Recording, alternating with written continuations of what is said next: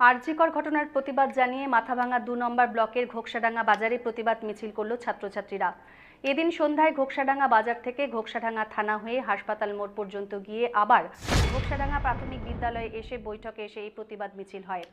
প্রতিবাদ মিছিলে অংশগ্রহণকারী ছাত্রছাত্রীরা জানিয়েছেন, আরজিকর কাণ্ডে তিলোত্তমাকে ধর্ষণের প্রতিবাদ জানিয়ে অভিযুক্তদের উপযুক্ত শাস্তির দাবিতে তারা এই মিছিল করছে।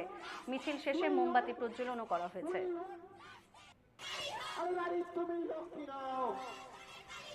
এই লড়াই লড়ছে যারা